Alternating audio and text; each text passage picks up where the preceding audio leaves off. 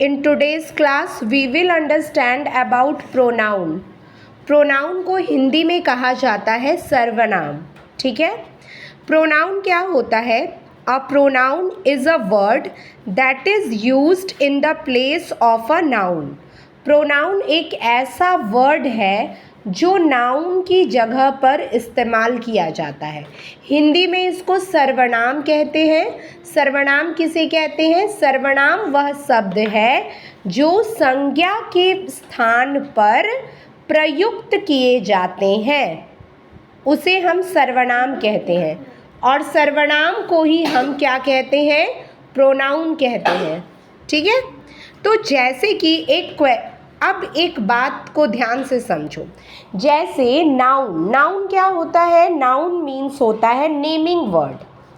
किसी भी person, place, animal के नाम को हम नाउन कहते हैं. ठीक है. जैसे कि रानी एक पर्सन का नेम है, ये क्या है? नाउन है. इसके अलावा जितना भी एनिमल्स है, लायन, टाइगर, ये सब नाउन है. जैसे जितना भी स्थान है, प्लेसेस है, जैसे हॉस्पिटल, स्कूल, पार्क, ये सब भी नाउन है. ठीक है. अब प्रोनाउन का इस्तेमाल क्यों किया जाता है? ताकि जो भी नाम का जो बार बार जो रिपीटेशन है, बार बार जो उसको दोहराना है, उसको अवॉइड करने के लिए. जैसे अगर हम बोलेंगे करण लव्स डॉग्स, करण कुत्ते से प्यार करता है. Karan cooks food for the dogs. बार बार हम करण का क्या कर रहे हैं? करण के नाम को बार बार बोल रहे हैं. तो बार बार बोलने से अच्छा है कि हम उसके जगह किसका यूज़ करेंगे? प्रोनाउन वाले वर्ड का. तो प्रोनाउन वर्ड हम करण के जगह ही यूज़ करेंगे. अगर मैं अपने बारे में बोलूँगी तो मैं क्या बोलूँगी?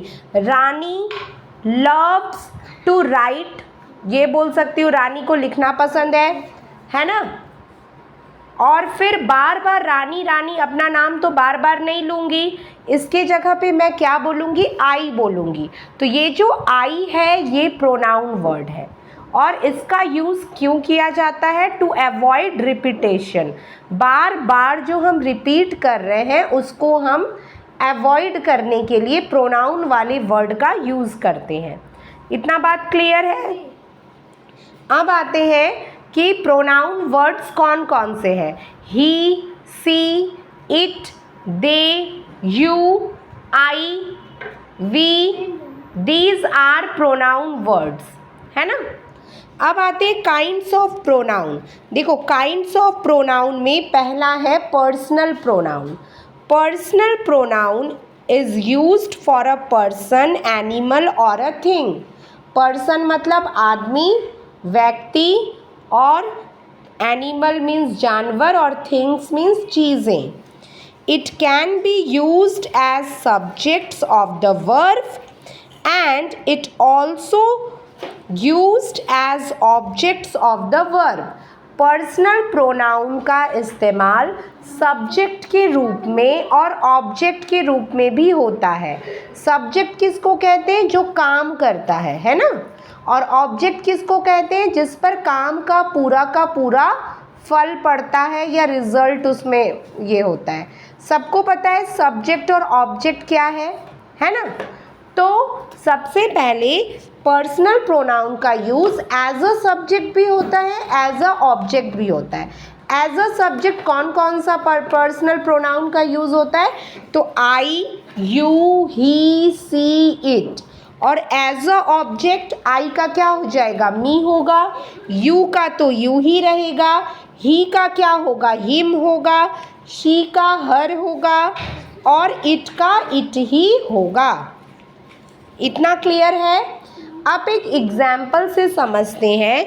यहाँ पर हमने एक एग्जाम्पल लिया है जिसमें हमने क्या लिखा है? ध्यान से देखो. इस एग्जाम्पल में हमने क्या लिखा है कि he thanked him for his help. He thanked him for his help. यहाँ पर जो he है वो he as a personal pronoun use हुआ है यूज्ड एज सब्जेक्ट, सब्जेक्ट के रूप में जो काम करता है। और हिम जो है वो भी पर्सनल प्रोनाउन है, बट ये यूज़ हुआ है एज अ ऑब्जेक्ट, ऑब्जेक्ट के रूप में। तो पर्सनल प्रोनाउन में ही, सी, इट, यू, दे ये सब आता है। इसके साथ ही साथ मी, यू, हर ये सब भी आता है। इतना बात क्लियर है। अब हम नेक्स्ट प्रोनाउन के बारे में बात करते हैं। जो नेक्स्ट प्रोनाउन है वो है possessive pronoun. Possessive pronoun, possession मतलब होता है अधिकार। क्या होता है? अधिकार होता है ना। तो पोजेसिव प्रोनाउन यूज्ड किया जाता है अधिकार को बताने के लिए। It is used to show possession. For example mine, mine मतलब मेरा, योर्स तुम्हारा, hers his, ours theirs, these are, ये सारी चीज़ें क्या है? पोजेसिव प्रोनाउन का एग्जाम्पल है। आपको एग्जाम्पल याद रखना है, ठीक है। No possessive pronoun for it. यहाँ एक चीज़ देखो, एक कंफ्यूज़न क्या क्रिएट होता है। अगर आपने एडजेक्टिव के काइंड्स को पढ़ा है तो आपको पढ़ना होगा कि पोजेसिव एडजेक्टिव भी होता है। एक मतलब एडजेक्टिव का जो भेद है उसमें एक पोजेसिव एडजेक्टिव होता है और प्रोनाउन के भेद में भी पोजेसिव प्रोनाउन होता है ना, दोनों का दो। अब यहाँ पर आपको ये चीज़ में ध्यान रखना है कि जो पोजेसिव एडजेक्टिव है वो नाउन के पहले यूज़ होता है। क्या मैंने कहा कि एडजेक्टिव जो है, पोजेसिव एडजेक्टिव, वो नाउन के पहले यूज़ होता है। और जो पोजेसिव प्रोनाउन है तो वो नाउन को हटाकर यूज़ होता है, रिप्लेसेस नाउन। यानी कि आप कैसे समझेंगे कि ये पोजेसिव एडजेक्टिव है और ये पोजेसिव प्रोनाउन है? तो अगर किसी में आप देखेंगे रिप्लेसमेंट हुआ है नाउन का, तो यानी कि वो क्या है? पोजेसिव प्रोनाउन है, क्योंकि नाउन को रिप्लेस किया गया है। और अगर नाउन के पहले लगा है तो वो क्या है? पोजेसिव एडजेक्टिव है, ठीक है। ये बात को ध्यान में रखोगे। अब यहाँ पर देखो कि अभी हमने कहा था कि पोजेसिव प्रोनाउन क्या क्या है? माइन, योर्स, है ना, mine, yours, hers, his, ours. It का, IT, इट का पोजेसिव प्रोनाउन नहीं होता है। समझ में आया? अब यहाँ पर देखो, एग्जाम्पल में आप देख सकते हैं, लिखा है the shirt is mine, your shirt is blue. अब यहाँ पर देखिए, ये जो माइन है, ये माइन पोजेसिव प्रोनाउन है। और योर शर्ट, शर्ट क्या है? योर शर्ट आप पढ़ रहे हैं तो शर्ट क्या है? शर्ट है नाउन। शर्ट क्या है? नाउन है। और इस नाउन के पहले जो यूज़ हुआ है वो किस रूप में हुआ है? Possessive adjective. बात समझ में आया कि योर शर्ट इज़ ब्लू में योर्स जो है वो पोजेसिव एडजेक्टिव है, ना कि पोजेसिव प्रोनाउन है। क्योंकि पोजेसिव एडजेक्टिव का इस्तेमाल किसके पहले होता है? नाउन के पहले होता है। अब आते हैं देयर स्कूल, ये वाला देखिए, their school is bigger than ours. उनका स्कूल हमारे स्कूल से बड़ा है। यहाँ जो देयर आप देख रहे हैं, देयर के ठीक बाद स्कूल लगाया गया है। तो ये जो स्कूल है ये क्या है?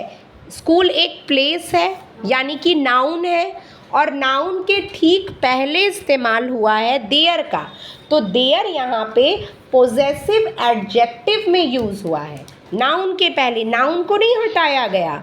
लेकिन यहाँ जो आवर्स है, लास्ट में बिगर देन आवर्स, यहाँ पर पोजेसिव प्रोनाउन का यूज़ हुआ है क्योंकि यहाँ नाउन को रिप्लेस्ड किया गया है। समझ आया इतनी बातें? अब आते हैं नेक्स्ट टॉपिक। जो नेक्स्ट टॉपिक है वो है डेमोन्स्ट्रेटिव प्रोनाउन। अब हम आते हैं डेमोन्स्ट्रेटिव प्रोनाउन में। डेमोन्स्ट्रेटिव प्रोनाउन का यूज़ होता है किसी भी ऑब्जेक्ट को पॉइंट आउट करने में। पॉइंट आउट है ना, दिस, दैट, तो ये डेमोन्स्ट्रेटिव प्रोनाउन का यूज़ होता है। Indicate the distance of the object from the speaker. Speaker यानी कि बोलने वाला जो हम हैं, तो ये बताता है कि ऑब्जेक्ट कितने डिस्टेंस पे है स्पीकर से। यहाँ पर दिस, दैट, दीज, दोज, ये सब क्या है? डेमोन्स्ट्रेटिव प्रोनाउन है। अब आते हैं रिफ्लेक्सिव प्रोनाउन पे। रिफ्लेक्सिव प्रोनाउन क्या होता है? When the subject is the receiver of his or her own action we use reflexive pronoun. Reflexive pronoun का इस्तेमाल होता है जब व्हेन द सब्जेक्ट, जब सब्जेक्ट जो है वो अपने ही काम का रिसीवर होता है, अपने खुद के काम को वो क्या करता है?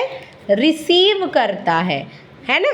तो इसका यूज़ है myself, yourself, himself, herself, itself, ourself. He gave himself a day off from work। यहाँ पे he भी प्रोनाउन, himself भी प्रोनाउन। he है पर्सनल प्रोनाउन और himself क्या है? Reflexive pronoun. अब आते हैं हम second emphatic pronoun. Emphatic pronoun use to convey emphasis, इसमें जोर डाला जाता है।